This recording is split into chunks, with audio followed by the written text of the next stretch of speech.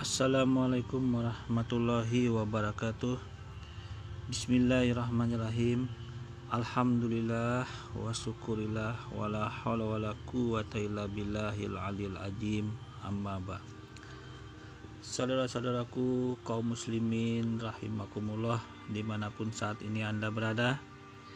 Kembali di video kali ini Madya Channel akan menganalisa dan mereview untuk kali ini akun dari Verbum Veritatis ya. Nah, di sini sebenarnya akun ini sudah puluhan video yang saya buat di mana dia mencoba untuk berbicara tentang ajaran Islam itu sendiri gitu. Nah, untuk kali ini kita mencoba kembali untuk menjawab segala tuduhan-tuduhan yang disampaikan oleh akun ini gitu loh. Jadi saya garis bawahi dulu ya. Puluhan lebih video saya sudah untuk mengcounter akun Verbum Veritatis ini gitu loh. Jadi bukan terbalik ini, bukan berarti akun ini hanya stabil, artinya tidak menyerang, bukan seperti itu. Itu hanya suatu argumen yang kosong doang. Puluhan video saya buat sudah untuk mengcounter dari akun ini gitu loh. Jadi sifatnya ini akun bukan hanya dia statis, hanya bertahan, tidak. Makanya oleh karena itu saya hanya meluruskan di sini. Saya akan menjawab segala tuduhan yang disampaikan oleh akun ini. Oke, kita lihat dulu ya sebentar ya apa yang ingin disampaikan oleh akun ini. Tentang gaya pacaran Yesus dan Maria. Mari kita bahas dulu tentang isu yang pertama ini.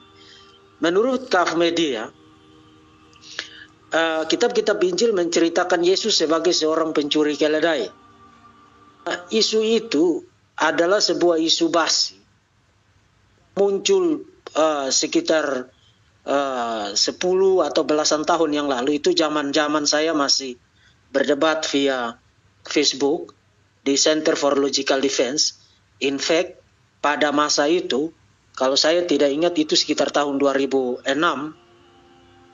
saya sudah menulis sebuah artikel di blog saya yang membantah atau yang memberikan penjelasan defensif mengenai tuduhan itu. Nah, saudara bayangkan pada masa itu, orang-orang Kristen hanya boleh memberikan jawaban defensif. Kalau saudara baca artikel saya, nanti saya akan cantumkan di kolom komentar link dari artikel saya itu. Pada masa itu orang-orang Kristen hanya boleh memberikan jawaban defensif dan hanya Muslimlah yang boleh terus-menerus menyerang. Itu pada masa itu. Oke, saya langsung patahkan ini jawaban. Kalau Anda katakan seperti itu, Anda bisa cek dari keterangan dari sang debater. Dia bercerita bahwa dia juga aktif di dalam Facebook. Facebook itu menyerang juga. Ya, termasuk dengan Duladi yang dari Samarinda. Itu juga sampai sekarang masih aktif itu di Facebook menyerang. Jadi dalam posisi ini argumen Pak Diki ini terbantahkan dengan saksi itu sang debater dan Duladi sampai sekarang dia bercerita. Anda silahkan cek di Facebook. Oke, kita lanjut. Nah, kita beruntung karena sekarang situasinya sudah terbalik. Muslim membuka mulutnya satu kali, kita akan menghantam mereka 10.000 kali. Mereka bicara dengan nada yang agak tinggi, kita akan menjitak mereka berpuluh-puluh juta kali. Sebab dunia ini tidak bisa lagi memahami sikap supremasis menerus dimiliki oleh Muslim. Hanya mereka yang boleh mengkritik, hanya mereka yang boleh menyerang. Tapi begitu mereka diserang, mendadak mereka menjadi seperti anak kambing yang habis minum racun sianida sambil ekornya kejepit oleh engsel pintu, lalu teriak-teriak, embe, nabi saya dihina, nabi saya dinista. Sekarang sudah tidak begitu lagi. Jadi berhenti mengembek-gembek dan menghadapi serangan balik setiap kali kamu membuka mulut mengenai kekristenan. Nah, kita mulai dari isu yang pertama. Karena saya hanya akan live sekitar 30 menit sampai 40 menit. Karena nanti malam jam 6 saya informasikan, saya akan live bersama Dr. Wimpi Lintuuran membahas tentang Tritunggal di channel Layar Teologi. Jadi saudara silakan hadir di sana jam 6 untuk sesi live saya bersama dengan Dr. Wimpi Lintuhuran dan Layar Teologi di channelnya. Kita mulai dari isu yang pertama, Yesus dalam pencurian keledai. Itu ada di dalam keempat kitab Injil. Ada di dalam keempat kitab Injil, Injil Matius pasal 21, kemudian Markus pasal 11, kemudian Lukas pasal 19, dan Yohanes pasal yang ke-12. Nah, kalau saudara membaca tentang narasi itu di dalam konteks kitab-kitab Injil, narasi itu merupakan momen yang paling krusial di dalam tahap terakhir kehidupan Yesus di bumi. Yesus memasuki Yerusalem dengan mengendarai seekor keledai. Dan itu merupakan satu prosesi royal, prosesi kerajaan yang menjadi salah satu penyebab kenapa Yesus dihukum mati, dihukum melalui penyaliban. Nah, karena yang membaca cerita itu adalah Muslims, dan Muslims itu waktu pembagian otak, mereka itu datangnya belakangan karena masih sibuk benturin kepala ke lantai. Waktu pembagian otak, Muslims itu datang belakangan karena masih sibuk benturin kepala ke lantai. Maka mereka dapat otak itu hanya 1/50 juta. Dari seluruh manusia di dunia ini, Muslims itu hanya punya otak. Setiap orang itu dapat 1/50 juta. Nah, saudara bayangkan, dengan otak dengan kapasitas otak semacam itu, mereka bagaimana bisa mengerti tentang sebuah cerita yang sangat penting. Oke. Nah, kita cuma dengerin dulu ya dari Pak Diki ngoceh dulu ini. Soalnya nggak menjawab masih dia ini.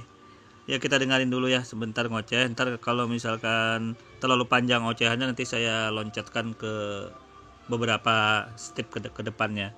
Kita dengarin dulu untuk bahasan mengenai pencurian keledai ini ya. Kita cek dulu ya. Cuma dia agak panjang ini ya, nyelotehnya, ocehan Pak Diki ini agak panjang. Tapi tidak apa-apa ya, sebentar ya, kita teruskan dulu. Segala sesuatu. Sehingga bahkan cerita yang sangat penting itu pun mendadak mereka berhalusinasi dan mendapat ide bahwa Yesus mencuri keledai. Padahal kalau saudara di dalam Injil Matius misalnya dikatakan, dan jikalau ada orang menegur kamu, katakanlah Tuhan memerlukannya, ia akan segera mengembalikannya. Itu Matius pasal 21 ayat 3. Nah, kalau saudara baca kata-kata itu, kecuali kalau saudara ada pada tingkat kegilaan, pada level turbo, baru saudara akan berkesimpulan bahwa Yesus sedang mencuri keledai di situ. Atau kalau saudara baca di dalam bagian paralelnya di dalam Injil Markus pasal 11 ayat 5 sampai 6 dikatakan, dan beberapa orang yang ada di situ berkata kepada mereka, apa maksudnya kamu melepaskan keledai itu? Lalu jawab mereka, para murid yang diutus oleh Yesus untuk mengambil keledai itu, jawab mereka seperti yang sudah dikatakan Yesus, maka orang-orang itu membiarkan mereka. Nah, saudara tidak akan membiarkan pencuri mengambil barang saudara. Tapi di dalam teks itu dikatakan, orang-orang itu membiarkan mereka. Nah, itu terdengar seperti sebuah pencurian enggak? Saudara waras. Tapi karena memang yang membaca ini adalah orang-orang yang cuman kebagian otak, kapasitasnya 1/50 juta, maka mereka akan selalu berhalusinasi, mendapatkan kesimpulan bahwa di dalam cerita itu Yesus mencuri keledai. Oke, si Madia akan jawab dulu ya mengenai hal ini. Itu kan yang jadi masalah pemikiran, keledai itu kan bukan milik Yesus dan murid Yesus tersebut. Artinya keledai itu milik orang lain. Nah, nanti terserah siapalah yang menilai ini. Nah, kemudian keledai itu kan diperlukan untuk dibawa, untuk dipakai oleh murid Yesus itu untuk kepentingan Yesus itu sendiri. Nah, apakah dengan mengambil keledai itu tanpa izin pemiliknya yang tidak diketahui itu disebut apa namanya, itu saya kurang mengerti. Apakah itu termasuk mencuri, mengambil hak milik orang lain, walaupun orang lainnya itu, walaupun dengan alasan keperluan apa-apa, apakah dengan mengambil milik orang lain tanpa izin itu apa namanya gitu loh. Silakan Anda jawab sendiri Pak Diki gitu loh. Kalau saya sih kalau orang mengambil milik orang lain tanpa izin, nah itu kalau saya nilai sih anak kecil pun bisa menjawab itu gitu loh. Ya dengan alasan meminjam atau dengan alasan membiarkan apapun bla bla bla itu hal di belakang. Tapi fakta yang terjadi mengambil itu keledai tanpa izin pemiliknya gitu loh, atau pemiliknya tidak diketahui. Nah itu apa namanya itu aja sudah, tidak usah berbelit-belit panjang lebar gitu loh. Oke, kita lanjut.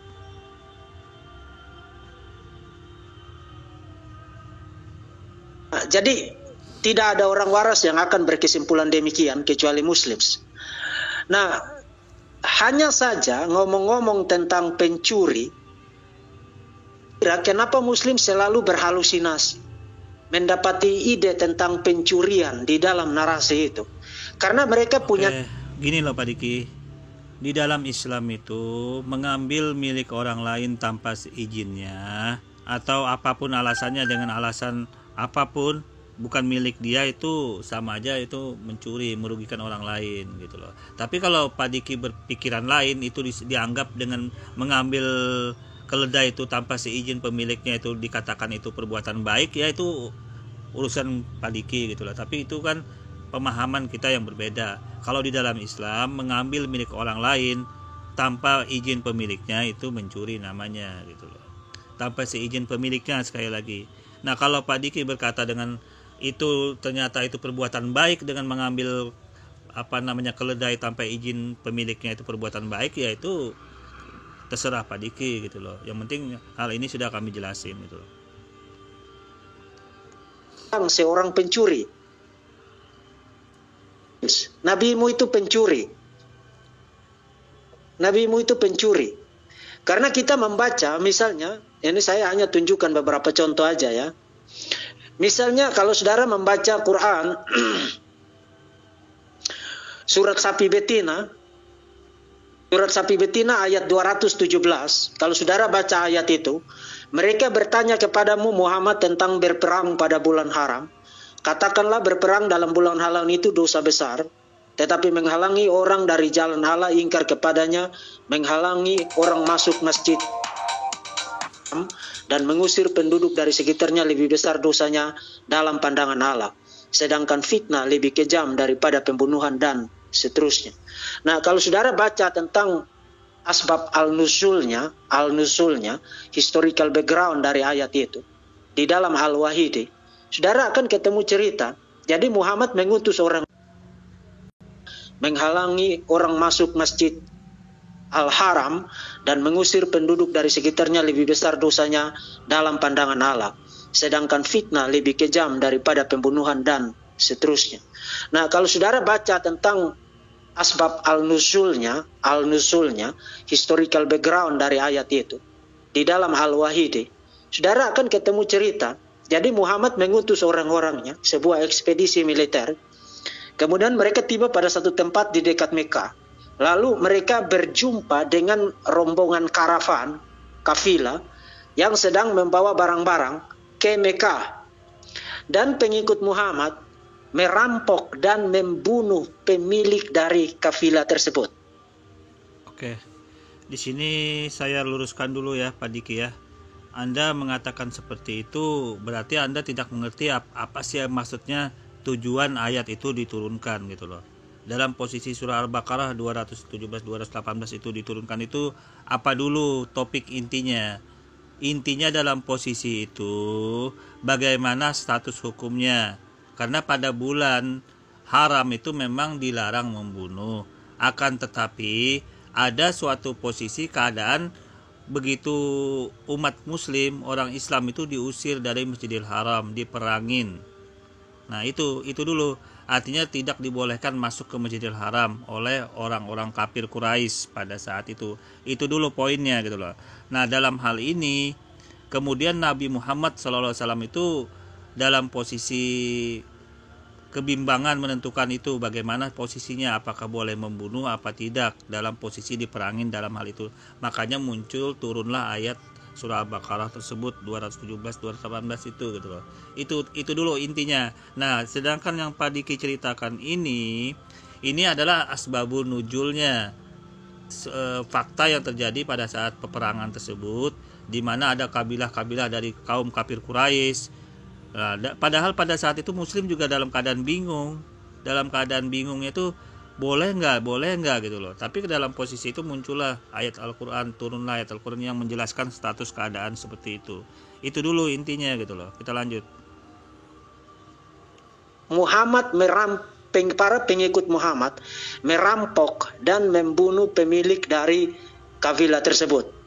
Kemudian orang-orang dari Mekah, dari suku Quraisy, datang dan protes kepada Muhammad. Kemudian itulah yang menyebabkan turunnya ayat ini.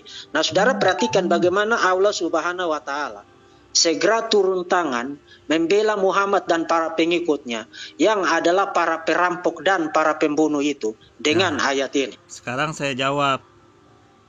Posisi Nabi Muhammad pada saat itu di Madinah, ya, di mana kekejaman, kebiadaban kafir Quraisy yang menyerang Nabi Muhammad sampai Nabi Muhammad tidak bisa lagi bertahan di Mekah, kemudian pergi hijrah ke Madinah. Itu dulu yang perlu dipahami. Nah, apa yang Anda sampaikan ini sesuai asbabun nuzulnya itu adalah suatu peperangan. Nama perangnya itu adalah Bir Ar-Ma'unah. Bir Ar-Ma'unah itu peperangan yang terjadi pada saat itu, di mana para kabilah-kabilah kafir Quraisy itu berseliweran, ya, termasuk pasukan kafir Quraisy, termasuk kabilah-kabilah dari bani-bani yang bermukim di Mekah tersebut gitu loh, yang mendukung peperangan, yang mendukung kaum kafir Quraisy itu tersebut gitu loh. Nah, jadi apakah salah kaum muslimin pada saat itu merangin para kafir Quraisy yang terjadi peperangan dengan nama perangnya itu Bir Ma'unah? Nah, itu yang perlu Anda ketahui. Jadi dalam posisi peperangan, bukan posisi merampok seperti yang dituduhkan Pak Diki ini gitu loh. Dalam posisi peperangan, bukan dituduhkan seperti Pak Diki ini mengatakan dirampok. Itu suatu kebodohan. Kabilah-kabilah tersebut adalah bagian dari kafir Quraisy yang di Mekah tersebut, yang wajar diperangin pada saat itu karena mereka juga mengusir, menjolimi kaum muslimin yang berada di Masjidil Haram pada masa itu. Apalagi itu terjadi di bulan haram, di mana kelemahan Islam pada saat itu belum ada statusnya, dalam ada posisi hukumnya pada saat itu. Nah, maka dari itu Allah Subhanahu wa Ta'ala menurunkan ke status hukum apabila terjadi dalam posisi seperti itu. Kita lanjut dulu. Nah, konteks dari kejadian itu adalah mereka merampok dan membunuh pada masa bulan haram. Nah, pada masa itu orang tidak boleh melakukan kekerasan fisik, tidak boleh terjadi peperangan dan lain sebagainya. Ya, makanya Anda salah. Itu suatu kebodohan kalau konteks seperti itu. Konteks yang benar adalah itu bagaimana statusnya apabila terjadi pembunuhan, apabila terjadi pembunuhan atau peperangan. Nah, kemudian sedangkan bulan itu bulan haram. Nah, bagaimana statusnya umat muslim dalam posisi ini dalam keadaan kebingungan pada masa itu. Di satu sisi itu bulan haram, di sisi lain umat muslim diperangin, umat muslim dijalimin di Masjidil Aqsa, dilarang masuk ke dilarang masuk ke Masjidil Haram, dilarang mau mengunjungi Masjidil Haram. Nah, itu yang terjadi faktanya. Apabila melawan terbentur dengan posisi larangan membunuh. Nah, ini yang terjadi. Nah, itulah konteksnya Pak Diki. Saya meluruskan Anda ini sesuai dengan Al-Quran, bukan semaunya Anda mengatakan konteks-konteks yang seperti tidak benar. Kita lanjut. Bulan haram. Tetapi para pengikut Muhammad melanggar kesepakatan itu, merampok dan membunuh pemilik dari kafilah tersebut. Lalu orang-orang dari suku Quraisy di Mekah datang protes kepada Muhammad. Kemudian lihat bagaimana Allah Subhanahu wa Ta'ala memberikan pembelaan terhadap Muhammad dan para pengikutnya yang adalah para perampok dan para pembunuh itu. Nah, mereka itu kan kebohongan namanya. Karena orang-orang kafir Quraisy, para kabilah itu memerangi Islam. Karena umat Islam itu ingin memasukin Masjidil Haram, ingin ke Masjidil Haram tersebut tidak dibolehkan, malah diusir, dijalim-jalimi. Nah, dalam posisi itu pun umat Islam juga masih bertahan karena masih memikirkan posisinya di bulan itu bulan haram gitu loh. Dalam keadaan kebingungan, kebimbangan dalam hal itu, Allah Subhanahu wa taala menurunkan status hukum yang harus dijalankan umat Islam. Walaupun di bulan Muharram, kalau dalam posisi peperangan begini jawabannya begini. Nah, ini intinya gitu loh. Kita lanjut. Kepadamu Muhammad tentang berperang pada bulan haram. Ini bukan berperang. Mereka sedang datang protes karena para pengikut Muhammad merampok dan membunuh pemilik kafilah yang membawa barang-barang ke Mekah. Itu ada di dalam Al-Wahidi Asbab Al-Nuzul. Jadi jangan kamu datang ke sini ngoceh bahwa oh itu tidak benar, itu tidak benar. Nah, sekarang Anda tidak bisa menyangkal fakta yang terjadi itulah sebagai perang. Dalam perang namanya Bir Ma'unah namanya. Yang terjadi adalah perang Bir Ma'unah. Jadi dalam posisi ini Anda hanya berbohong Pak Diki, menyimpangkan fakta yang terjadi dalam posisi itu. Itu terjadi yaitu perang Bir Ma'unah namanya. Yang terjadi dalam hal ini gitulah. Kita lanjut. Ini bukan tentang perang. Allah Subhanahu wa taala mulai ngarang di sini. Mereka bertanya kepadamu Muhammad tentang berperang pada bulan haram. Seharusnya di dalam ayat ini Allah Subhanahu wa taala bilang begini, mereka bertanya kepadamu tentang merampok dan membunuh pada bulan haram. Itu baru tepat. Itu baru tepat Allah Subhanahu wa taala. Jadi tolong kalau kirim wahyu lagi pada Muhammad, koreksi ayat ini karena ayat ini tidak bicara tentang berperang. Nah, ayat ini bicara. Kalau Anda tidak mengatakan ayat itu tidak berperang, mengapa ada namanya perang Bir Ma'unah? Nah, itu yang terjadi, perang Bir Ma'unah, dan para kabilah-kabilah yang lewat itu, yang orang-orang kafir Quraisy yang kejam itu juga memerangi Nabi Muhammad, memerangi umat Islam yang ingin masuk ke Masjidil Haram. Dalam posisi itu pun umat Islam dalam keadaan bimbang pada masa itu. Makanya sampai turun ayat Al-Quran yang menjelaskan posisinya apabila diperangin gitu loh. Jadi dalam hal ini Anda sekarang tidak bisa melenceng lagi karena kita punya panduan. Silahkan Anda buka tafsir Ibnu Katsir tentang surah Al-Baqarah tersebut. Ini termuat dalam Ibnu Katsir, tafsir Al-Quran Ibnu Katsir yang membahas tentang surah Al-Baqarah ayat 217 dan 218. Silahkan Anda cek sendiri Pak Diki. Di situ terdapat namanya perang Al-Ma'unah. Jadi siapa saja yang mendengar itu ada namanya perang Al-Ma'unah. Jadi tidak benar kalau merampok umat Islam pada kaum muslimin pada saat itu terjadi di bulan haram tersebut gitu loh. Ya, kita lanjut. Para pengikut Muhammad di bawah pimpinan Muhammad merampok dan membunuh khalifah yang membawa barang-barang ke Mekah. Jadi harusnya bicara tentang itu. Katakanlah berperang pada bulan. Ini bukan berperang Allah Subhanahu wa taala. Kenapa kamu salah terus? Kamu bilang merampok dalam bulan itu adalah dosa besar. Kamu membuatnya membagus-baguskan itu dengan kata berperang, bukan berperang. Nah, Allah Subhanahu wa taala. Kalau tidak berperang, silahkan Anda Pak Diki datangin itu Al-Baqarah 217-18, buka tafsir Ibnu Katsirnya. Tinggal dicek kok sekarang, lihat apa ada enggak nama perang Bir Ma'unah. Siapa yang jadi korban yang mati pada saat itu? Yang jadi korban yang mati saat itu adalah Utsman ibnu Abdullah. Nah, mati dalam keadaan kafir orang itu. Namanya yang mati jadi korban dalam perang itu adalah Utsman ibnu Abdullah. Ya, jadi Anda di sini nggak bisa mengarang-arang posisi lagi. Anda membalik-balikan fakta, bakal terbantahkan gitu loh. Kita lanjut.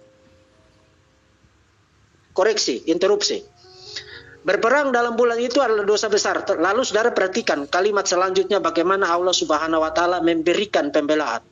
Tetapi menghalangi jalan orang dari jalan Allah, ingkar kepadanya, orang masuk Masjid Al-Haram dan mengusir penduduk sekitarnya, lebih besar dosanya. Nah, ini maksudnya apa? Maksudnya itu begini, supaya saudara tahu. Ini konteksnya Muhammad sudah melarikan diri ke Madinah, yang mereka sebut sebagai hijrah. Nah, selama dia di Mekah, Muhammad itu tidak punya kerjaan lain selain menghina dan mencaci maki sesembahan dari orang-orang sesukunya, suku Quraisy di Mekah. Orang-orang itu meminta dia, Muhammad, kami kan tidak ganggu kamu mengkhotbahkan Islam. Kenapa kamu terus mencaci maki Allah kami, menghina Allah kami? Tolong berhenti. Muhammad tidak mau berhenti. Orang-orang di Mekah bilang, oke, kalau kamu tidak mau berhenti, kami akan membalas mencaci maki Allahmu. Dan itulah latar belakang dari turunnya surat 6 ayat 108. Dan janganlah kamu memaki sesembahan mereka, sembah selain Allah, karena mereka nanti akan memaki Allah dengan melampaui batas tanpa dasar pengetahuan. Nah, saudara perhatikan ayat ini. Ayat ini tidak melarang Muslim untuk jangan memaki sesembahan agama lain. Ayat ini mengatakan kepada Muslim, jangan kalian memaki sesembahan agama lain, karena nanti mereka akan memaki Allah. Dengan kata lain, kalau mereka tidak punya kemampuan untuk membalas, tidak apa-apa maki-maki agama Allah mereka. Tapi kalau mereka mampu untuk membalas memaki, maka jangan kamu memaki mereka. Itu logiknya begitu. Nah, karena situasi itu, orang-orang Mekah mulai melawan Muhammad. Dan karena Muhammad itu pengecut, dia tidak punya kekuatan di Mekah. Akhirnya dia kabur melarikan diri sebagai pecundang ke Mekah. Begitu dia ada di Mekah, dia mengumpulkan kekuatan militer, lalu mulai menjadi perampok kafilah. Dan itulah latar belakang dari surat 2, surat sapi betina ayat 217. Nah, sekarang saya jawab ya. Nabi Muhammad SAW itu sampai hijrah ke Madinah, itu diterima baik oleh kaum Madinah, ya. Kaum Ansor itu menerima dengan baik, termasuk bekerja sama juga dengan tokoh-tokoh di sana dari ajaran agama lain. Nah, yang jadi masalah, kaum kafir Quraisy ini sangat jahat. Dia malah menyerang ke Madinah. Itu masalahnya, dia malah menyerang balik ke Madinah dengan berkumpul bersama-sama dengan kafilah-kafilah yang lain, dengan suku-suku selain Quraisy juga yang lain. Mereka bersatu tergabung dengan orang-orang munafik. Nah, mereka menyerang Nabi Muhammad di kota Madinah. Itu banyak sekali peperangan terjadi pada saat itu. Belum lagi Nabi Muhammad diserang dari jalur Romawi, dari sebelah yang lain diserang diserang dalam berbagai macam sudut posisi pada saat itu Nabi Muhammad. Belum lagi pengkhianatan bangsa Yahudi di dalam Madinah itu sendiri, padahal sudah dibuat perjanjian Hudaybiyah. Bangsa Yahudi berkhianat juga. Jadi dalam posisi ditekan Nabi Muhammad pada saat itu di kota Madinah. Bukan berarti malah Nabi Muhammad memerangi orang, malah terjepit posisinya gitu loh. Kita lanjut. Itu kerjanya apa? Para pengikutnya itu kerjanya apa? Kerja mereka adalah menghadang para kafilah yang membawa barang-barang ke Mekah dan merampok suku-suku yang ada di sekitar mereka. Itu pekerjaan Muhammad dan para pengikutnya. Mereka tidak bisa bercocok tanam, mereka tidak bisa beternak. Yang mereka lakukan adalah membawa pedang, pergi bergerombol, merampok sana sini, membunuh orang, dan begitulah cara mereka untuk hidup. Ya. Jadi kamu mau sekarang saya jawab dulu. Di dalam Islam, merampok itu perbuatan dosa besar, membunuh itu dosa besar tanpa alasan yang jelas. Dalam perang itu sudah diatur dalam Islam. Apabila orang kafir Quraisy itu memerangin orang-orang yang di luar Islam, memerangin Islam, wajar terjadi peperangan. Jadi dalam posisi hal ini, kebodohan yang ditampilkan oleh orang ini gitu loh, mengatakan Nabi Muhammad itu merampok dengan kaum muslim itu tidak benar. Karena di dalam Islam itu merampok itu sudah termasuk membunuh juga, di dalam itu hal yang dilarang, dosa besar tanpa alasan yang jelas, kecuali berperang gitu loh, kecuali berperang. Jadi dalam hal ini terbantahkan argumen Pak Diki mengatakan merampok, terbantahkan. Karena apa? Di dalam berperang itu ada aturannya yang sudah diatur dalam berperang Islam itu gitu loh. Kalau merampok berarti itu perbuatan pribadi, nggak ada aturan. Itu dilarang, dilaknat oleh Allah. Kita lanjut. Tentang mencuri, kaf media. Itu dan pencuri bersama dengan para pengikut mula-mulanya itu para pencuri. Kamu masih mau bukti lagi? Bagaimana caranya nabimu mati? Nabimu mati karena diracun di Khaybar. Dia ngapain ke Khaybar? Dia bawa pasukannya pergi merampok, membunuh orang-orang di Khaybar, membunuh Kinana yang menyimpan harta karun dari desa itu, dan mengambil istrinya Safiyah, dan meniduri Safiyah pada hari itu juga ketika dia baru saja membunuh Kinana. Itu Muhammad. Dan di dalam konteks itu juga Muhammad diracun Kemudian akibat dari racun itu dia mati 2 tahun kemudian. Nah, Dan kan? Ini suatu kebohongan kembali yang ditampilkan oleh orang kafir ini ya, Pak Diki ini. Karena Nabi Muhammad SAW itu tidak mati 2 tahun. Kebodohan namanya. Tidak ada dalilnya yang mengatakan Nabi Muhammad itu mati 2 tahun. Kalau matinya 4 tahun itu benar. Dan pada saat diracun itu ada 2 sahabat Nabi Muhammad SAW itu mati. Pada saat itu Nabi Muhammad malah nggak mati, malah selamat. Dan orang yang meracun, orang Yahudi perempuan itu masuk Islam. Jadi dalam posisi ini ya aneh aja kalau Pak Diki mengatakan hal-hal yang tidak sesuai dalam Islam gitu loh. 2 tahun orang yang meracun perempuannya itu masuk Islam karena ternyata Nabi Muhammad itu kebal, tidak mati pada saat diracun. Sedangkan 2 orang kaum muslimin yang sahabat Nabi itu yang sama-sama makan racun itu mati kedua-duanya. Nah, kenapa Nabi Muhammad tidak mati? Nah, itu jadi masalah. Itu yang membuat perempuan itu masuk Islam, Pak Diki. Kita lanjut. Keadaan tersiksa selama 2 tahun. Kemudian dia mati dan berkata, saya merasa aorta saya terputus karena racun di Khaybar. Itu ada di Sahih Al-Bukhari. Jangan kamu datang dan ngedumel, oh itu ngarang. No, yang saya ngomong itu. Tidak ada, itu salah fatal, tidak ada. Yang benar beliau itu mati 4 tahun setelah peristiwa di racun itu. Itu sudah termuat dalam hadis 4 tahun waktunya dalam meracun tersebut. Jadi dalam posisi ini orang yang ngeracun itu masuk Islam, perempuan itu. Dan ini dalam posisi ini memang pandangan ulama itu ada 2 macam. Ada yang meyakini Nabi Muhammad itu mati syahid karena dalam posisi dia berjuang untuk racun tersebut. Ada juga yang meyakini bahwa Nabi Muhammad itu matinya itu walaupun dia tidak mati syahid tetapi tetap jaminan Allah Subhanahu wa taala itu melekat pada dirinya dengan status orang yang mati normal gitu loh. Tetapi dalam hal ini apapun namanya tidak menjawab memecahkan hal ataupun menjawab masalah tuduhan-tuduhan itu tidak bakal sesuai gitu loh. Oleh karena itu ini sudah terjawab semua, apa yang dituduhkan itu terbantahkan gitu loh. Oke, kita lanjut. Ada di dalam sumber-sumber Islami. Saya tidak ngutip dari mana-mana. Saya tidak ngutip dari Kompas. Saya tidak ngutip dari novel. Saya ngutip dari sumber-sumber Islami. Karena dia mati dengan mengeluh sebagai aortanya terputus, itu membuktikan bahwa Muhammad adalah nabi palsu. Karena di dalam Quran Allah bilang kalau Muhammad ngarang-ngarang wahyu, maka kami akan memegangnya pada tangan kanannya dan memutuskan, memotong aortanya. Muhammad dengan mendatangi isu. Sekarang begini, logikanya jadi nggak nyambung, Pak Diki. Logika akalnya nggak nyambung, ya kan? Kalau Nabi Muhammad yang mengarang-arang Al-Quran, kok berkorelasi dengan Allah lagi, ya kan? Nggak nyambung kan? Kalau misalkan Nabi Muhammad yang membuat Al-Quran mengarang-arang, mati aortanya terputus, sedangkan dalam posisi lain Allah Subhanahu Wa Taala dikemanakan.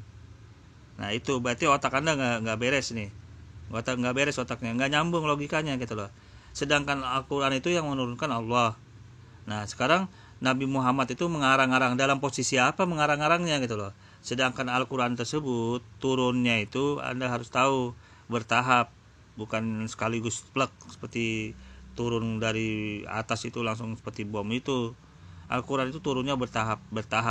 Bahkan pada masa itu Al-Quran masih turun sampai usia beliau 63 itu sekitar usia 60 itu masih turun Al-Quran itu. Jadi dalam posisi ini suatu kebohongan aja yang Anda sampaikan gitu loh.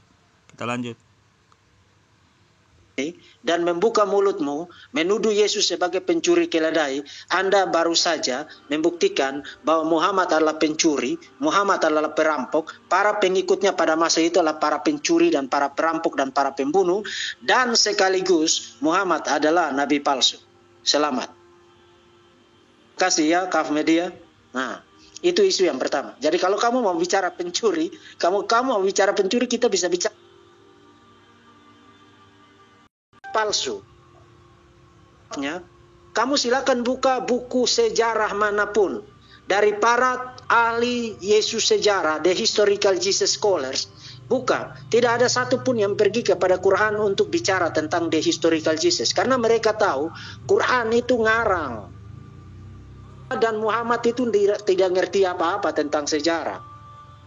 Kisah yang kamu baca di dalam Quran adalah Yesus fiktif, Yesus palsu. Cara tentang membelokkan sejarah.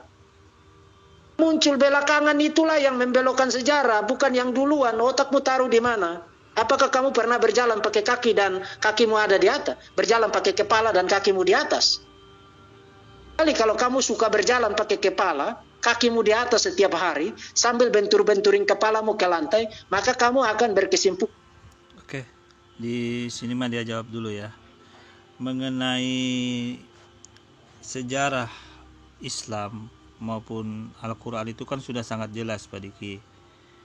Islam itu sebelum datang Islam yang di era Muhammad, ajarannya kan sudah sangat jelas bahwa konsep ketuhanannya sejak zaman Nabi Adam turun ke Abraham, turun ke Musa, turun ke Yesus, ke Nabi Muhammad, itu satu jalur.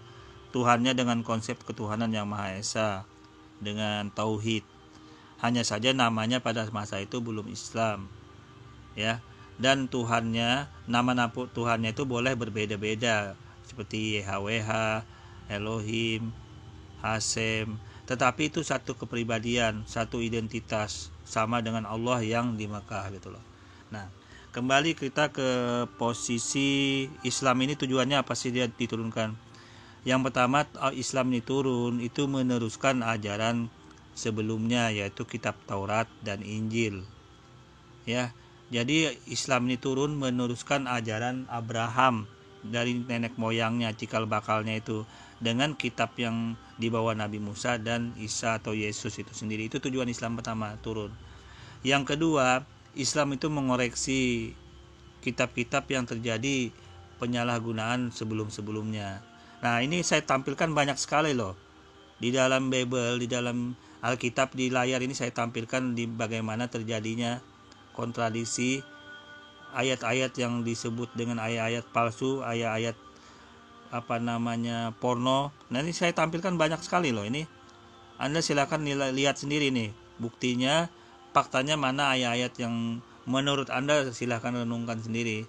Pantas di dalam Bible, di dalam ayat seperti ini gitu loh. Saya tidak bisa mengatakan bla bla bla, silakan Anda nilai sendiri.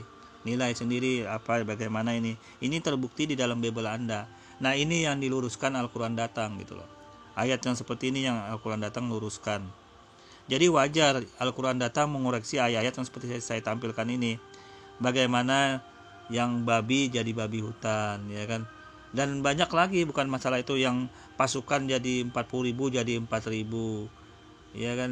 Dan banyak yang lain-lain. Silakan Anda lihat sendiri nih yang saya tampilkan posisi-posisinya, apalagi konsep Tuhannya gitu loh.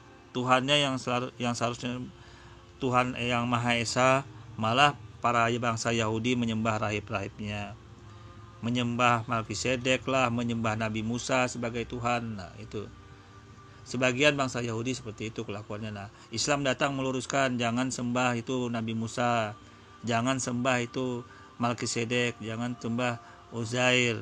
Nah, itu jangan, itu Islam datang memperingatkan di dalam pengikut Nabi Musa yang belakangan setelah Nabi Musa wafat itu gitu loh.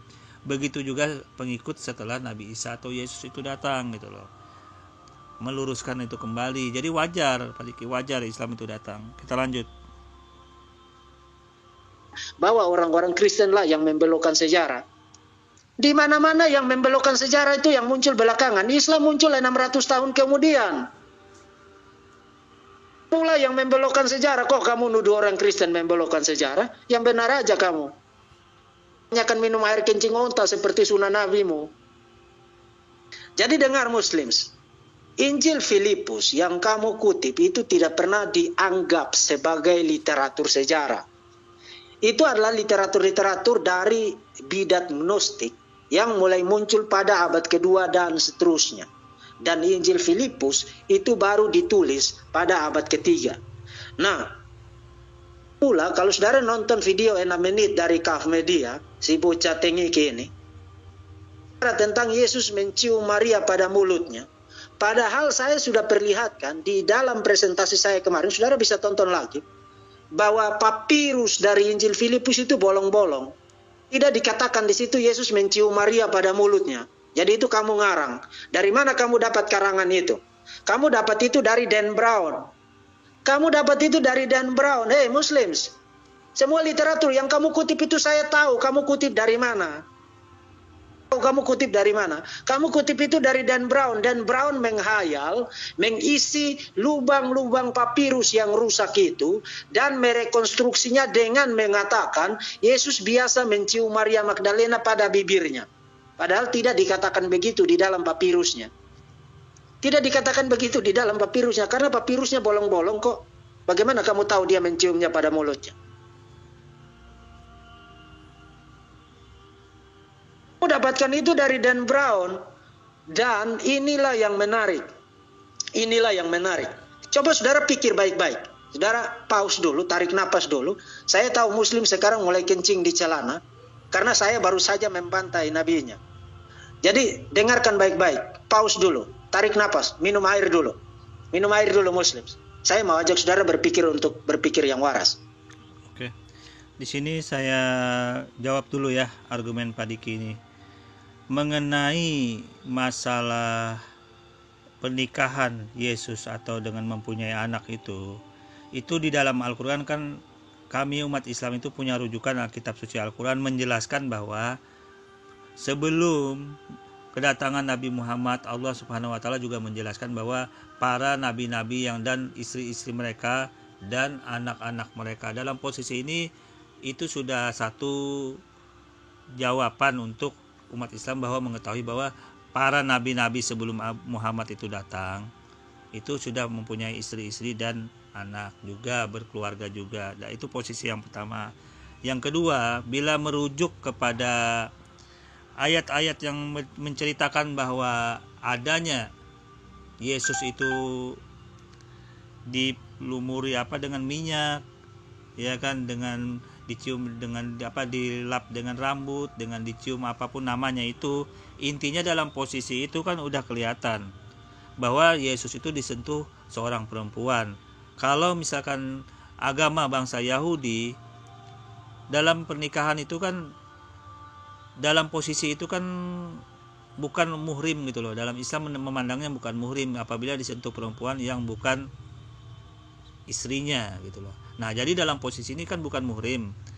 Apakah Nabi merelakan dirinya itu disentuh dengan seorang perempuan itu, apalagi perempuan itu bukan muhrimnya, itu bagaimana posisinya? Nah, itulah Islam berkesimpulan bahwa memang perempuan yang menyentuh itu istrinya gitu loh.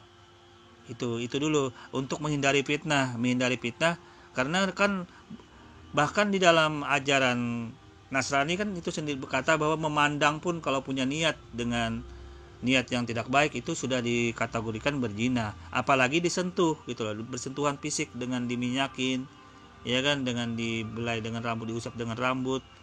Nah, jadi ada diciumin. Nah, itu dalam posisi seperti itu kan menandakan apa ini perempuan gitu loh. Padahal dia bukan muhrim. Kalau dikatakan bukan muhrim kan itu kan suatu perbuatan yang bagaimana gitu loh.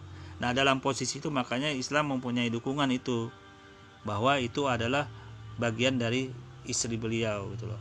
Ditambah lagi gitu loh, adat istiadat bangsa Yahudi pada masa itu sangat kuat. Ajarannya terhadap perzinahan itu sangat kuat. Jadi kasus-kasus perzinahan itu ditentang sekali. Jadi kalau dalam posisi seperti itu kan mendekati perzinahan, sudah dipegang-pegang, diminyakin, ya kan, dicium-cium dengan dilap-lap dengan rambut. Itu suatu bentuk bagaimana orang Yahudi menilai, apalagi bukan muhrim gitu loh. Bagaimana itu yang terjadi? Apakah itu pantas? Apalagi dalam posisi itu beliau adalah seorang tokoh, seorang nabi. Nah kan itu yang perlu mendukung sekali dalam posisi ini gitu loh. Kalau yang Anda sampaikan itu dari pendapat dari buku-buku yang seperti Injil Filipus dan yang lain-lain, yang The Gospel, The Web Yesus, itu saya nggak terlalu mengikuti ke sana kebenarannya, tapi ya saya anggap pendukung tambahannya lah kalau seperti itu gitu loh. Tapi ya yang saya sampaikan 3 itu tadi yang sudah sangat jelas. Kita lanjut dulu. Cari bagi saya satu saja penganut agama di dunia ini yang untuk membela imannya atau untuk menyerang agama orang lain, dia harus mendasarkan itu pada novel, fiksi. Tidak ada satupun. Tidak ada satupun agama di dunia ini yang sedemikian putus asanya karena memang tidak ada bukti apa-apa untuk mendukung omong kosong teologis mereka. Yang saking putus asanya, bahkan novel karya fiksi pun dijadikan sebagai referensi untuk menyerang agama lain. Bayangkan.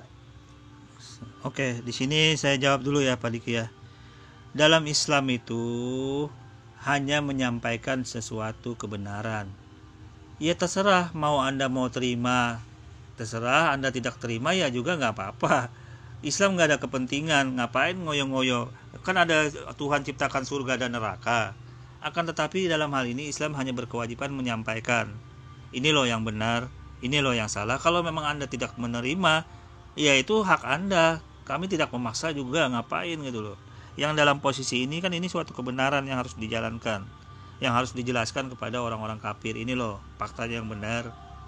Kalau Anda misalnya mau membantah itu, ya silakan bantah dengan kualitas keilmuan, ilmu yang benar gitu loh, ilmiah, bedah itu kalau memang Anda bisa bantah. Tidak usah berargumen yang seperti itu, yang miring-miring langsung gitu loh. Bantah aja kalau memang Anda bisa. Kami dalam Islam tidak ada kepentingan juga, untuk apa juga.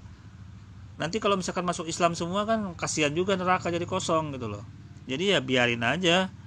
Kalau memang nggak terima ya ngapain kita ngoyo-ngoyo gitu loh. Kita lanjut. Padahal kalau kita bicara tentang Islam, mereka selalu bicara meskipun hadisnya itu sahih gemuk luar biasa, mereka akan bilang, oh itu hadis palsu, doif. Doif. Sahih Al-Bukhari itu doif. Kalau Sahih Al-Bukhari itu doif, maka Quranmu itu juga doif. Pak Diki tidak mengetahui apa sih Sahih Bukhari itu, apa sih apanya yang doif gitu loh. Karena Pak Diki nggak ngerti ilmu hadis. Makanya kalau mau belajar ulumul hadis. Itu walaupun di dalam hadis sahih itu ada perawi-perawinya itu yang bisa disorotin atau urutan sanadnya itu lemah gitu loh. Maka walaupun itu hadisnya kuat dari Sahih Bukhari, tetapi ada bagian dari perawi sanadnya itu, jalurnya itu yang kedapatan bersifat tidak baik lah, atau bersifatnya hal-hal yang disorotnya itu kurang pas gitu loh. Ada kebohongan atau hal-hal yang tidak sesuai. Nah itu yang membuat lemahnya hadis itu gitu loh. Jadi kalau mau tahu hadis doib atau perawinya doib, perawinya lemah, perawinya kuat, itu Anda harus belajar kembali Pak Diki, ulumul hadis namanya. Kita lanjut. Mau bicara tentang doif lah. Memang segala sesuatu di dalam Islam itu doif kok. Siapa yang bilang sahih? Tidak ada yang sahih di dalam Islam. Kamu mau bicara tentang Yesus mencium bibir Maria? Mau bicara tentang itu? Kamu bicarakan itu bukan Yesusnya saya, bukan Yesusnya Alkitab. Itu Yesusnya Gnostik, sama palsunya dengan Isa yang ada di dalam Quran. Muhammad ngarang tentang Isa di dalam Quran. Jadi jangan kamu menjual-jual Islam lagi lah. Ini sudah zaman teknologi kok ini. Islam udah tidak laku dijual di dalam dunia ini. Laku lagi dijual di dalam dunia ini. Jadi kamu mau jual pakai cara apa lagi? Islam dengan cara menyerang secara membabi buta Yesus saya. Oke, jadi kamu mau bicara tentang mencium. Bagaimana kalau saya perlihatkan? By the way, sebelum saya lanjut.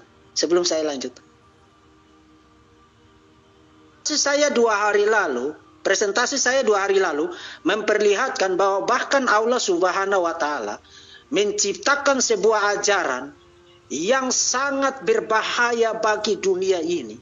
Karena surat 65 ayat 4 tidak menetapkan batas minimum pernikahan bagi seorang anak perempuan. Jadi even masih bayi pun itu sudah bisa dinikahi. Itu di dalam syariat Islam, 5 aliran jurisprudensi Islam, tidak satu pun yang menetapkan batas minimum usia pernikahan bagi seorang anak perempuan. Dan kamu menyebut Islam itu agama yang indah. Apanya yang indah? Rusak peradaban ini dengan tidak menetapkan batas pernikahan usia minimum untuk pernikahan bagi seorang anak perempuan. Dan memang nabimu sendiri menikahi dan meniduri anak kecil. Aisyah berusia 6 tahun ketika dinikahi dan ditiduri pada usia 9 tahun. Kamu mau ngeles apa lagi? Semua hadis-hadis sahih itu online sekarang, kok orang tinggal buka di sunnah.com dan membaca itu secara bebas kok. Jadi kamu mau bicara tentang Islam itu indah. Apanya yang indah? Kalau kamu seorang tua, kalau kamu orang tua, entah apapun agamamu, saya mau tanya sama kamu. Anak perempuanmu yang baru lahir, bayimu baru lahir, apakah anak yang baru lahir itu, bayi yang baru lahir itu, hatimu rela sebagai seorang tua? Lupakan dulu soal agama-agama itu. Tapi apakah hatimu rela sebagai seorang ayah, sebagai seorang ibu, bayi perempuan ini boleh dinikahi? Saya tanya kamu, kalau kamu bukan manusia, kecuali kalau kamu binatang, baru kalau kamu bilang oke, enggak apa-apa dinikahi. Ini ajaran apa? Ini ajaran apa? Silakan para scholars muslim meresponsi apa yang saya katakan di sini. Surat 65 ayat 4 tidak menetapkan batas usia minimum untuk pernikahan bagi seorang anak perempuan, dan memang 5 aliran jurisprudensi Islam, 4 di dalam tradisi Sunni, Malik, Hanafi, Hanbali, dan Syafi'i, dan 1 di dalam Syiah, tradisi Syiah, Ja'far, pun tidak satu pun menetapkan batas usia minimum pernikahan bagi seorang anak perempuan.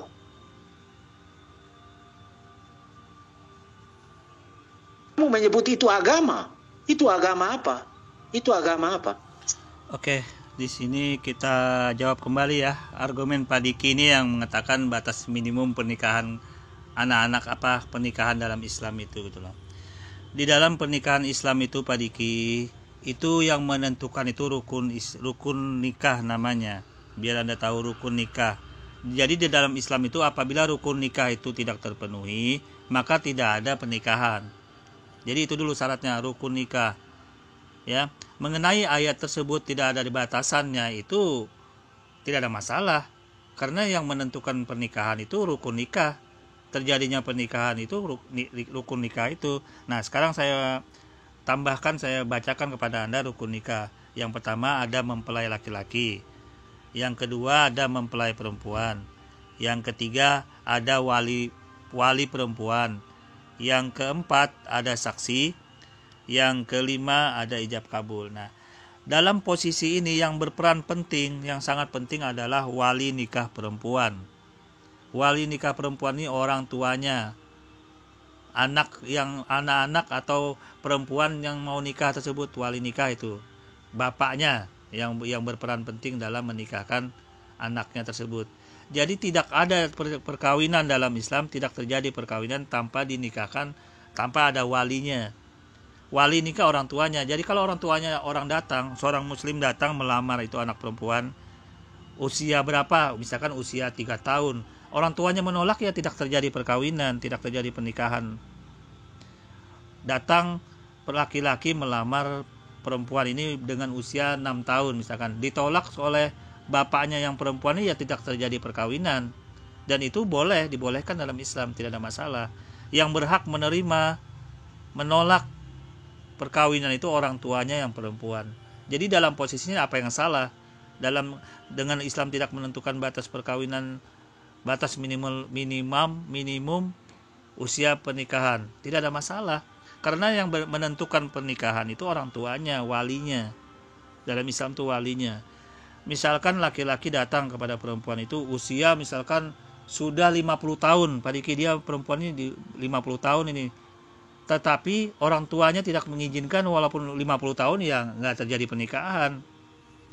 Walaupun bayi usia 1 tahun diizinkan untuk nikah sama orang tuanya, sama orang muslim yang lain, yang laki-laki muslim, ya boleh. Tetapi apakah ada orang tua mau nikahkan seperti itu? Ya tergantung orang tuanya muslim itu. Jadi Anda harus waras gitu loh, menilai ini harus waras. Otaknya juga harus nggak terputar-putar, nggak terbalik-balik gitu loh. Jadi dalam Islam yang menentukan pernikahan itu bukan ayat Al-Quran yang Anda tampilkan tadi dengan batas minimum, bukan itu yang menjadikan pernikahan. Yang menentukan batas pernikahan usia perempuan itu diboleh nikah apa tidak, walinya, orang tuanya. Jadi otak Anda harus waras, Pak Diki. Bukan masalah ayatnya itu yang menentukan pernikahan, orang tua perempuan tersebut. Terserah dia mau usia 5 tahun, 6 tahun, 8 tahun, 40 tahun baru diterima nikahnya, ya terserah. Yang penting dia jadi wali nanti menentukan sah tidaknya. Jadi ini sudah menjawab ya, membantah tuduhan Pak Diki yang mengatakan bahwa dalam Islam itu tidak ada usia minimum pernikahan perempuan. Itu terjawab dengan dalam Islam itu penentuan pernikahan itu terjadi apa tidaknya, diterima atau tidaknya dengan wali nikah atau orang tuanya yang perempuan itu gitu loh. Kalau orang tuanya walaupun perempuan, laki-laki muslim datang ke perempuan itu meminta anaknya dalam usia dini, tetapi orang tuanya menolak, ya nggak terjadi perkawinan, nggak terjadi pernikahan, Pak Diki. Saya kira ini sudah waras ya otak Anda ya. Kita lanjut dulu. Tidak mencela kamu sekarang. Saya mengatakan apa yang tertulis di dalam sumber-sumber kalian. Tafsir terhadap surat 65 ayat 4. Katakan begitu, Jalalain, Asbab al-Nuzul, Al-Wahidi. Kemarin saya perlihatkan Ibn Abbas, Tanwir al-Mikbas. Saudara nonton video presentasi yang saya terjemahkan dari Damas Arab. Dia translate dari literatur berbahasa Arab. Tafsiran terhadap Sahih Muslim, tafsiran terhadap Sahih Al-Bukhari, dan menyatakan bahwa merupakan sebuah ijma, sebuah kesepakatan para ulama Muslim, bahwa tidak ada batas usia minimum pernikahan bagi seorang anak perempuan. Bahkan dia tampilkan juga cuplikan rekaman video dari para ulama Muslim yang menegaskan hal itu. Oke, saya langsung bantah semua ya. Jadi apa kepentingannya masalah batas minimum itu, Pak Diki? Karena dalam posisi ini Islam itu punya rukun nikah. Syarat nikah, rukun nikah dalam Islam itu harus ada 5, harus terpenuhi. Apabila tidak terpenuhi itu, maka tidak terjadi pernikahan. Yang paling menentukan adalah orang tuanya perempuan itu. Apabila seorang laki-laki muslim datang ke perempuan itu berusia misalkan 10 tahun. Nah, kemudian laki-laki ini melamar, ditolak oleh wali nikah, oleh orang tuanya, ya tidak terjadi pernikahan. Misalkan laki-laki muslim datang kepada perempuan itu dengan usia 1 tahun, mau dinikahin ini. Nah, ditolak oleh orang tuanya yang perempuan itu, apa bisa terjadi pernikahan? Jadi dalam posisi ini semua argumen Anda yang beropini negatif dalam posisi ini terbantahkan semua. Karena apa? Karena dalam Islam ini yang menentukan pernikahan, wali nikah yang menerima perkawinan itu orang tuanya perempuan tersebut gitu loh.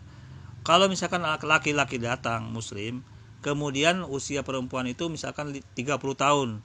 Nah, orang tuanya perempuan itu menerima, maka terjadilah pernikahan itu gitu loh. Ya.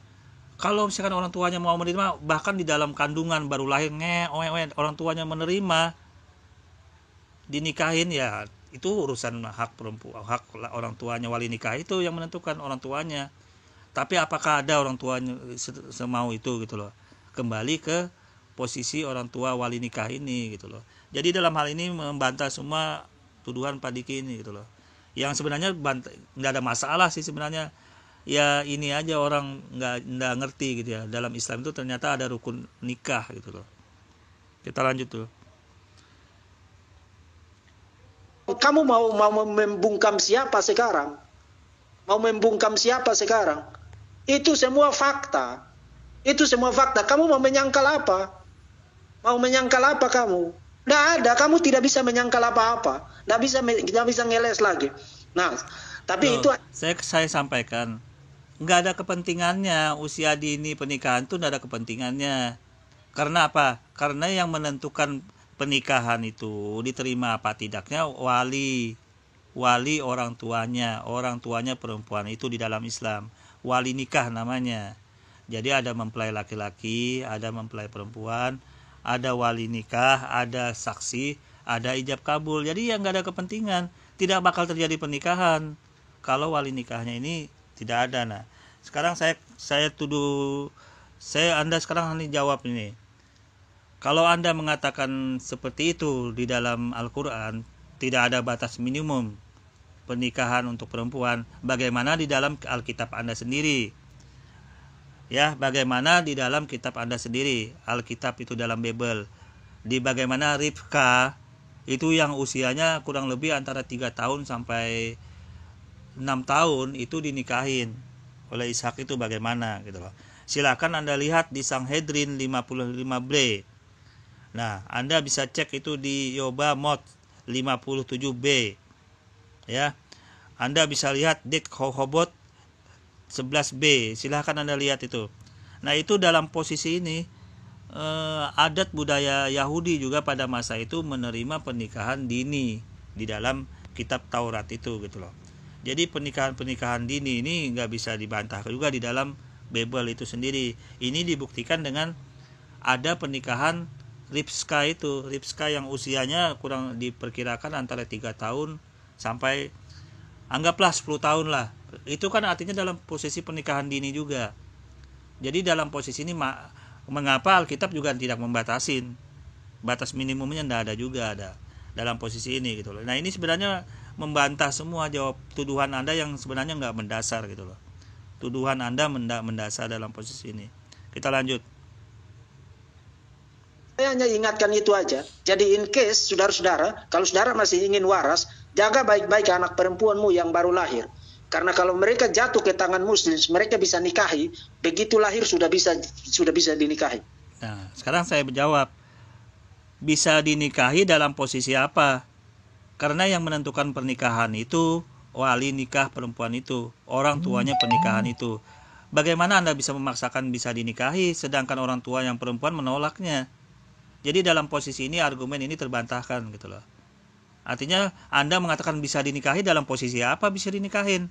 Yang menentukan pernikahan itu kan menerima andanya perempuan, orang tuanya perempuan wali nikah ini gitu loh. Dalam posisi ini membantah semua tuduhan yang disampaikan oleh Pak Diki. Nah, sekarang Anda pikirkan, di dalam Bible Anda, di dalam kitab Anda itu ada pernikahan Ribka yang dinikahi oleh Ishak itu usia 3 tahun, kurang lebih ada 3 tahun sampai 10 tahun lah itu dalam perkiraan saya. Nah, itu juga tidak menjawab ada pernikahan usia dini dalam Bible itu sendiri. Nah, dalam hal ini juga Anda harus fair. Apa pembelaan Anda terhadap kitab Anda dalam posisi pernikahan Ribka itu gitu loh. Ya kan? Itu kan dalam posisi pernikahan dini itu antara usia seperti itu. Dan ini termuat dalam Bible itu sendiri gitu loh. Kita lanjut dulu ya. Karena Kaf Media bicara tentang mencium bibir. Kaf Media bicara tentang mencium bibir. Bagaimana kalau saya tunjukkan nabimu mengulum lidah seorang bocah laki-laki? Nabimu mengulum lidah seorang bocah laki-laki. Nah, sekarang begini. Anda mengatakan seperti itu harus ada dalil dasarnya. Makanya saya mau cek, ada enggak Anda tunjukkan dalil dasarnya kalau Anda bisa berkata seperti itu gitu loh. Saya tunggu nih, saya cek ya. Mulai jijik. Saya berharap Anda mulai jijik, sebab kalau Anda tidak jijik sekarang, mungkin mental Anda atau kejiwaan Anda sedang terganggu. Nah, tapi tidak ada masalah. Apabila ada dalil atau ayatnya yang menjelaskan Nabi Muhammad itu mencium bocah seperti itu, oke lah, ya kan. Nah, sekarang saya belum dengar ini. Ada dalilnya enggak? Saya mau dengar dulu nih. Baik Al-Qur'an maupun Al-Hadis. Yang dilakukan oleh Muhammad. Itulah yang dilakukan oleh Muhammad. Ada sebuah hadis yang terkategori hasan. Nah, memang di dalam ilmu hadis, hasan itu adalah grade kedua setelah sahih ya. Sahih, hasan. Dikasih grade hasan oleh Al-Albani di hadis Al-Adab Al-Mufrad. hadis nomor 1183. Ini hadis dari Abu Hurairah. Abu Hurairah saudara tahu ya. Abu Hurairah berkata, saya tidak pernah melihat Al-Hasan. Al-Hasan ini seorang bocah kecil. Tanpa mata saya penuh dengan air mata. Without my eyes overflowing with tears. Jadi ini Abu Hurairah terharu luar biasa. Nah, kenapa dia terharu?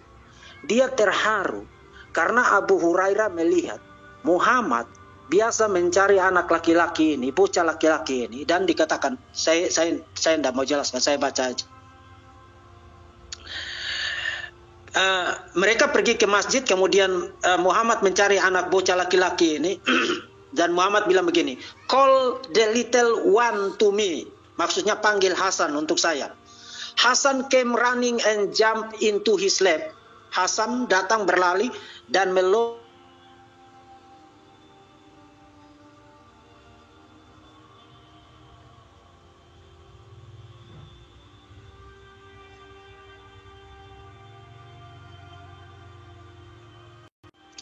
kemudian